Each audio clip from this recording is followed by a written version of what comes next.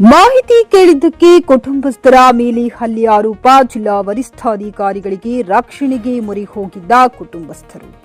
ಬೀದರ್ ಅಣದೂರು ಕ್ರೈಸ್ತ ಸಮುದಾಯಕ್ಕೆ ಸಂಬಂಧಿಸಿದಂತೆ ಚರ್ಚ್ ಅನುದಾನ ಕುರಿತು ಹಾಗೂ ಅದರ ಉಪಯೋಗಕ್ಕೆ ಸರ್ಕಾರ ನೀಡಿರುವ ಅನುದಾನವನ್ನ ಮಾಹಿತಿ ಹಕ್ಕು ಮುಖಾಂತರ ಸ್ವತಂತ್ರವಾಗಿ ಜಿಲ್ಲಾ ಅಲ್ಪಸಂಖ್ಯಾತರ ಅಧಿಕಾರಿಗಳಿಗೆ ಕೇಳಿರುತ್ತೇನೆ ಎಂದು ಪ್ರೀಮಿಸ್ ಸ್ಟ್ಯಾನ್ಲಿ ಹಲ್ಲೆಗೆ ಒಳಗಾದ ವ್ಯಕ್ತಿ ತಿಳಿಸಿದ್ದಾನೆ.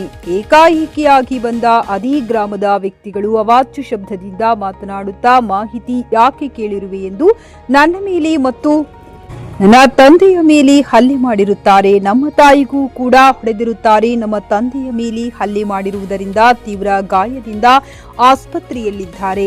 ನನ್ನ ಕೈ ಬೆನ್ನು ಮೇಲೆ ಗಾಯ ಮಾಡಿರುತ್ತಾರೆ. ಎಂಎಲ್ಸಿ ದಾಖಲಾಗಿರುತ್ತದೆ. ಆದರೂ ಕೂಡ ನಮಗೆ ರಕ್ಷಣೆ ಸಿಗಲಿಲ್ಲವೆಂದು ತಿಳಿದು ಇಂದು ಜಿಲ್ಲಾ ವರಿಷ್ಠಾಧಿಕಾರಿಗಳ ಹತ್ರ ಬಂದಿರುತ್ತೇವೆ.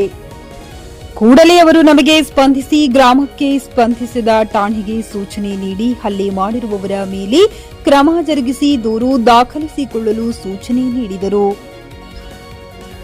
ಮತ್ತು ನಮ್ಮ ಮೇಲೆ ಯಾರಿಂದಲೂ ತೊಂದರೆಯಾಗದಂತೆ ರಕ್ಷಣೆ ನೀಡುವ ಭರವಸೆ ನೀಡಿದ್ದಾರೆ ಎಂದರು. ಇಂದು ಅಲ್ಪಸಂಖ್ಯಾತರ ಕಚೇರಿಗೆ ಮಾಹಿತಿ ಹಕ್ಕು ಅಡಿಯಲ್ಲಿ ಮಾಹಿತಿ ಕೇಳಿದಾಗ ಮೂರನೇ ವ್ಯಕ್ತಿಗಳಿಗೆ ನಮ್ಮ ಮಾಹಿತಿ ರವಾನೆ ಮಾಡುತ್ತಿರುವುದು ಬಹಳ ನೋವಿನ ವಿಷಯವಾಗಿದೆ. ಮಾಹಿತಿ ಆಯೋಗದ ನಿಯಮದ ಪ್ರಕಾರ ಹೀಗೆ ಮಾಡುವುದು ತಪ್ಪು ಎಂದು ಆಯೋಗ ತಿಳಿಸುತ್ತದೆ. ಕಚೇರಿ ಮುಖ್ಯಾಧಿಕಾರಿಗಳು ಕೂಡಲೇ ಇಂತಹ ವೈಯಕ್ತಿಕ ಮಾಹಿತಿ ರವಾನೆ ಮಾಡುವವರ ಮೇಲೆ ಕ್ರಮ ಜರುಗಿಸಬೇಕೆಂದು ಮನವಿ ಮಾಡಿದರು. ಪ್ರದೀಪ್ ಕುಮಾರ್ ದಾಧನು, ಜೆಕೆ ನ್ಯೂಸ್ ಕನ್ನಡ, ಬೀದರ್. ತಂದೆ ಪುಟ್ಟರಾಜ ಅಣದೂರು. ನಾ ಅಲ್ಪಸಂಖ್ಯಾತರ ಕಲ್ಯಾಣ ಇಲಾಖೆಗ ಚರ್ಚ್ ವಿಷಯದ ಅಭಿವೃದ್ಧಿ ಕುರಿತು ಮಾಹಿತಿ ಹಾಕಿದ್ರೆ ಅದು ಮೂರನೇ ವ್ಯಕ್ತಿಗೆ ಗೊತ್ತಾಗಿ ಅವರು ನನ್ನ ಮೇಲೆ ಹಲ್ಲೆ ಮಾಡ್ಯಾರ. ನನ್ನ ಮೇಲೆ ಹಲ್ಲೆ ಮಾಡಿದ್ರೆ ನಮ್ಮ ಕುಟುಂಬದವ್ರು ನಮ್ಮ ತಾಯಿಯರ ಮೇಲೆ ನಮ್ಮ ಪಪ್ಪರ ಮೇಲೆ ಮಾರಣಾಂತಿಕ ಅಟೆಂಪ್ಟ್ ಮಾಡ್ರ ಹಲ್ಲೆ ಮಾಡ್ಯಾರ. ಮತ್ತು ನಮ್ಮ ಪಪ್ಪರು 3 ದಿವಸ ಅಡ್ಮಿಟ್ ಆರ. ನಮಗೆ ಪೊಲೀಸ್ ಸ್ಟೇಷನ್ಗೆ MLC ಕೇಸೆಲ್ಲ ಆಯಿತು. 24 ಗಂಟೆ ಅಡ್ಮಿಟ್ ಬ್ರಿಮ್ಸ್ ಹಾಸ್ಪಿಟಲ್ ಅಡ್ಮಿಟ್ ಇದ್ದಾರೆ. ಅವರು 3 ದಿವಸ ಅಡ್ಮಿಟ್ ಇದ್ದಾರೆ. ಬಟ್ ನಮಗೆ ಸರ್ಕಲ್ ಆಫೀಸ್ ಹೋಗ್ರಿ ಜನವಡಕ್ಕೆ ಹೋದೆ ಸರ್. ರಾತ್ರಿ 11 ಗಂಟೆ ತಕ್ಕ ಕುಂತು ಅವ್ರು ಯಾವುದೂ ರೆಸ್ಪಾನ್ಸ್ ಕೊಟ್ಟಿಲ್ಲ. ಕೂಡ ಸರ್ ಜಿಲ್ಲಾ ಪೊಲೀಸ್ ಅಧಿಕಾರಿ ಹತ್ರ ಬಂದು ಕುಂತು ಸಾಹೇಬರಿಗೆ ಭೇಟಿ ಆದಾಗ ಅವರು ನಮ್ಮ ಎದುರೇ ಸರ್ಕಲ್ ಸಾಹೇಬರಿಗೆ ವಿಡಿಯೋ ಕಾಲ್ ಮುಖಾಂತರ ಲೈನಲ್ಲಿ ತೊಗೊಂಡು ಆರೋಪಿಗಳ ಮೇಲೆ ಇಮಿಡಿಯೇಟ್ಲಿ FIR ಮಾಡ್ಬೇಕು ನೀವು ಮತ್ತು ಅವ್ರಿಗೆ ರಕ್ಷಣೆ ಕೊಡ್ರಿ ಮತ್ತು ಅವ್ರ ಕಸ್ಟಡಿ ತೊಗೊಂಡು ನನ್ನ ಹತ್ರ ಕರ್ಕೊಂಡು ಬಂದಂತಂದ್ರೆ ನಮ್ಮ ಜಿಲ್ಲಾ ಪೊಲೀಸ್ ಅಧಿಕಾರಿಗಳು ನಮ್ಗೆ ಪ್ರದೀಪ್ ಸರ್ ನ್ಯಾಯ ಒದಗಿಸ್ಕೊಡ್ತಾರೆ ನಂಬಿಕೆ ಅದ. ನಮ್ಗೆ ನ್ಯಾಯ ಸಿಗುತ್ತಂದು ಭರವಸೆ ಅದ. ಮತ್ತು ಅಲ್ಪಸಂಖ್ಯಾತರ ಕಲ್ಯಾಣ ಅಧಿಕಾರಿಗಳು ಏನು ಮಾಡ್ತಾರೆ, ಯಾವುದೇ ಒಂದು ಸಾರ್ವಜನಿಕ ಮಾಹಿತಿ ನಾವು ಕೇಳಿದ್ರೆ ಮೂರನೇ ವ್ಯಕ್ತಿಗೆ ಅದು ನಾವು ಕೇಳಿರೋಂಥ ಮಾಹಿತಿ ಬಹಿರಂಗಪಡಿಸ್ಲತ್ತಾರೆ. ರಾಜ್ಯ ಮಾಹಿತಿ ಆಯೋಗದ ಪ್ರಕಾರ ಮಾಹಿತಿ ಕೇಳಿರೋಂಥದ್ದು ಮೂರನೇ ವ್ಯಕ್ತಿಗೆ ಗೊತ್ತಾಗಬಾರ್ದು. ಏನದ ಅಲ್ಲೇ ಮುಚ್ಚಿಡಬೇಕು. ನಾವು ಬಂದ ತಕ್ಷಣವೇ ಅವ್ರಿಗೆ ಫೋನ್ ಮಾಡಿ ಫೋಟೋ ಹಿಡಿದು ವಾಟ್ಸಪ್ ಕಳಿಸಿ ಈ ಥರ ಅವರು ಆ ಮಾಹಿತಿ ಹಾಕಿದ ಆಡಳಿತ ದುರುಪಯೋಗ ಮಾಡ್ಕೊಳ್ತಾರೆ. ಅಲ್ಲಿಂದ ಅಲ್ಪಸಂಖ್ಯಾತ ಕಲ್ಯಾಣ ಅಧಿಕಾರಿಗಳು ಇದ್ರ ಬಗ್ಗೆ ಗಮನ ವಹಿಸಿ ಅದು ಗೌಪ್ಯವಾಗಿ ಇಡಬೇಕಂತ ಹೇಳ್ತೀನಿ. ನಮ್ಮ ತಂದೆಯವ್ರ ಹೆಸರು ಪುಟ್ಟರಾಜ್, ತಂದೆ ದೇವೇಂದ್ರ. ಅವರು ಸರ್ ಕಿವಿಗೆಲ್ಲ ಸ್ಟಿಚಸ್ ಬಿದ್ದಿದೆ ಸರ್.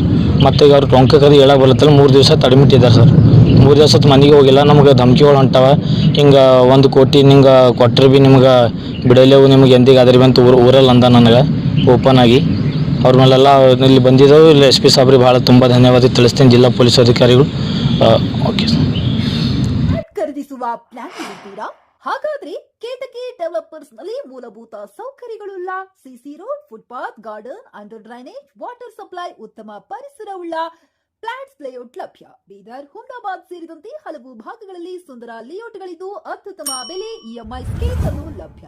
ಹಾಗಿದ್ರೆ ತಡೆಯಾಕೆ ಹಿಂದೆ ಸಂಪರ್ಕಿಸಿ 7676474747 MD ಸಂಗಮೇಶ್ ಚಿದ್ರಿ, ಹುಮ್ನಾಬಾದ್. ಗ್ರಾಹಕರ ಸ್ಯಾಟಿಸ್ಫ್ಯಾಕ್ಷನ್ ನಲ್ಲಿ ನಂಬರ್ 1 ತೃಪ್ತಿಕರ ದೈಹಿಕವಾದ ಹುಮ್ನಾಬಾದ್ನ SV TVS ಶೋರೂಮ್ ನಿಮಗಾಗಿ ತರುತ್ತಿದೆ ಹೊಸ ಮಾಡೆಲ್ಗಳ ಹೊಸ ಬೈಕ್ಗಳು. ಇಲ್ಲಿ TVS ನ ಸ್ಪೇರ್ ಪಾರ್ಟ್ಸ್ ಹಾಗೂ ಸರ್ವಿಸ್ ಕೂಡ ಲಭ್ಯ. ಹಾಗಿದ್ರೆ ತಡೆಯಾಕೆ ಹಿಂದೆ ಭೇಟಿ ನೀಡಿ ನಾಗಲಕ್ಷ್ಮಿ ದಾಬಾ ಹತ್ತಿರ, ಗುಲ್ಬರ್ಗಾ ರೋಡ್, ಹುಮ್ನಾಬಾದ್. ಹೆಚ್ಚಿನ ಮಾಹಿತಿಗಾಗಿ ಸಂಪರ್ಕಿಸಿ 8494951009.